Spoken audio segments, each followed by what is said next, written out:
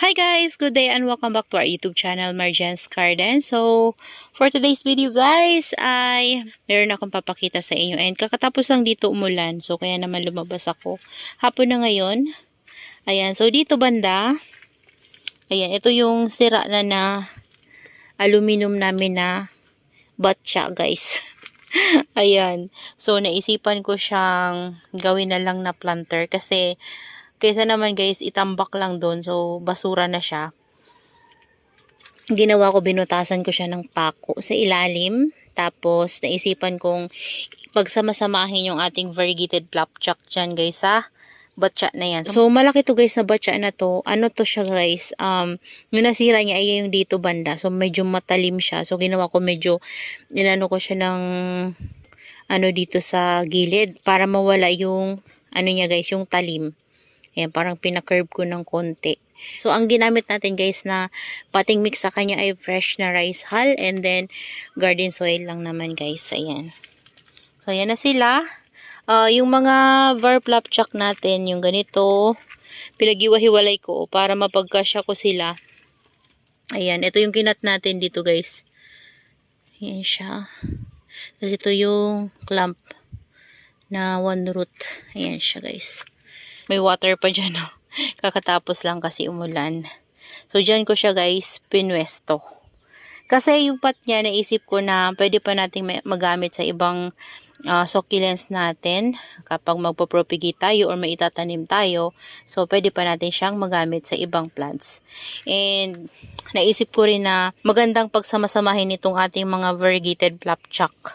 Ayan. Update sa pinugot natin guys. Meron na ako nakikita sa kanyang mga lumalabas. Ayan. Ayan siya. Pero itong ano guys, pinugot ko sa kanya, wala pa. Wala pang roots. So, kakatusok ko lang din yan sa lupa. Ayan siya. Tapos, bigyan ko na rin kayo guys ng update doon sa purple card na kinat natin. So, dito yung kinat natin guys. Ito yung cuttings, yung top. Ayan siya. So, wala pa siyang roots. Until now, wala pa rin siyang roots. Pero yung color niya guys sa personal, hindi na siya green lang. So, parang siyang bluish na parang may pagka-purple. Ayan o. Hindi siya visible sa camera pero sa personal guys, yun yung color niya. So, antayin ko tong magka-roots. Ayan. Tuyo na yan guys. So, antayin ko siyang magka-roots. Tapos, papastress natin to guys para makita talaga natin yung stress color niya. Ayan o. Di talaga kita sa camera. Pero sa personal, nagiging purplish na siya guys. Para may ganito siya sa mga leaves niya guys sa ilalim. Ayan. Tapos, yung pinagkatanaman natin, nandito. Ayan, ito siya. Dito, meron na tayong nakikitang mga babies. Ayan. So, ginawa ko, tinanggal ko yung mga dito. Ayan, dinagdagan ko pa guys. Kasi konti lang yung tinanggal ko dyan eh. So, ginawa ko, tinanggalan ko pa siya. Kasi, napansin ko, nung tinanggalan ko pa siya guys, dumami yung lumabas na babies. O, ayan. Ayan. O, diba? Meron na silang mga babies. Yan. So, sana mapakapal natin itong ating purple card. So, hindi ko pa nakikita yung stress color ni purple card. Ano pa lang, green pa lang. Ayan. So, gusto ko itong maparami tapos papastress natin. So, para makita natin kung gaano siya kaganda. Yan, guys. Mabait ito guys si purple card sa lowland. So, first time ko magkaroon ito. Pero hindi ako natakot guys na i-cut siya. Kasi feeling ko, mabait siya. Ayan, mabait siya i-cut. Kasi mabait naman siya guys, stable na siya, bigla lang siyang lumago sa akin. Yung kinat ko na yun guys, sa akin na talaga yung tinubo. So nung nabili ko siya, ito lang siya. Ayan. Tapos yung kinat ko na yun, sa akin na talaga yun siya tumubo. So ibig sabihin, mabait siya. Kaya naman hindi ako natakot na i-cut siya guys. Ayan, so totoo naman guys. So tingnan nyo, marami na siyang mga pups. Tapos, bigyan ko na rin kayo guys ng update nung red line natin na kinat nakaraan. Ayan, nandito siya guys, oh. Dito. Charan, ayan na guys yung ating red line. Nandito na siya kasi ni-rearrange ko sila.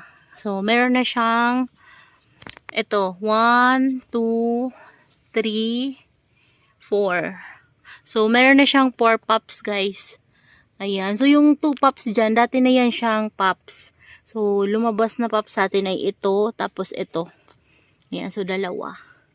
So, kahit na dinidilig ko yan siya, dinidilig ko na siya guys, hindi naman na siya nagrarat. Ayan. May millibugs. Isa. Ayan. Isa lang naman. Ayan siya guys. Tapos, yung dito guys, yung Virginia Lee natin, tinanggal ko na kasi rat na talaga siya. Wala na, hindi ko na siya na-save. Ayan. So, ginawa ko, nilagay ko dyan guys, sa pot niya yung mga cuttings ko ng, kalimutan ko yung Millionaire ata yun guys. Tapos, Cleopatra, tapos meron dyan Blade Runner ng mga pinaglalagay ko. Same doon guys. Nilagay ko doon naman sa pot na yun si Chloe, yung mga cuttings ko. Ayan. Para, yung vacant niya guys, ay meron nang nakatanim. So, may katulong siya magsipsip. Kagaya nito guys, yung dito banda na rat. Yung isa natin na diamond seed. Ayan, medyo nag-itiliate nga to guys. So, dito sa area na to. Siguro kulang yung sunlight na natatanggap niya dito. Kaya ganun. Iniisip ko kung saan ko siya pwedeng ilagay. So, dito ko nilagay yung natin, Crispy Beauty na nagkaroon ng millibugs. Ayan guys. So, tas yung cuttings natin ng ating sino ba to? Wala, nakalimutan ko. Ayan, para siyang si Tinkerbell. Basta nakalimutan ko. Kamukha niya sa Tinkerbell. Ayan. So, yan sila guys. Ito, napakalaki na talaga ni Macaron. Ayan, Si Macaron. Si Macaron, ang ganda-ganda niya. Grabe, ang laki-laki niya. So, pero usog. Ayan. So, yan sila guys. Ito naman, hindi na sila dehydrated kasi, dinilig ko to guys, kahapon, nispray ko, tas binuhusan ko pa. So, hanggang ngayon, basa pa yan, Ayan.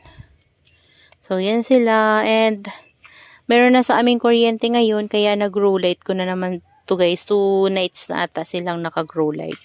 Ayan, tapos dito guys, tingnan nyo, yung ating propagation ng ating mga Mendoza. Ayan, ang taba. Grabe guys, ang taba ni Mendoza, Ayan. So, gusto ko ulit mag-propagate ng Mendoza para maging ganyang kataba. Tapos, ihang natin dito sa ating garden. Diba, napakaganda. So, that's all for today's video, guys. Yan, binigyan ko lang kayo ng update doon sa mga cuttings na mga succulents na pinagagawa natin nakaraan. Kung kumusta ba sila. And then, yung ating variegated flapjack na tinanim natin sa batcha. Ayan. So, yan siya. Siya yung ngaran nyo dito guys sa ating garden kapag pumasok. Ayan siya So, ito kapag lumabas na yung mga babies niya guys. Tingnan natin. Parang maganda siya. Siyempre, lalago yan siya guys. Maraming branch yan siya lalabas. So, siguro hindi natin paghiwa-hiwalayin para maganda. So, para clumping siya, diba? Ayan Ito, yung galing to kay Ma'am Mercy. Yan, itong dalawang ito guys. Yan, may color na sila, red. So, kailangan talaga nila ng intense na sunlight para lumabas yung color red. Tsaka yung pagka-variegated nila, guys. Kasi kung hindi sila mainitan, nagiging green lang sila. Wala silang var sa leaves. Tapos, hindi rin nagiging red-red yung mga tips nila. So, gusto ko pa nga sana, guys, sa kanila si Indonesian flapjack. Kaso lang, hindi nakakasya, ayan kasi kailangan natin magbigay ng allowance para sa paglaki ng mga maliliit na yan sa gilid. So, hindi nakakasya. So, that's all for today's video guys. And I hope you enjoy watching and see you on my next vlog. Happy gardening everyone! Bye-bye!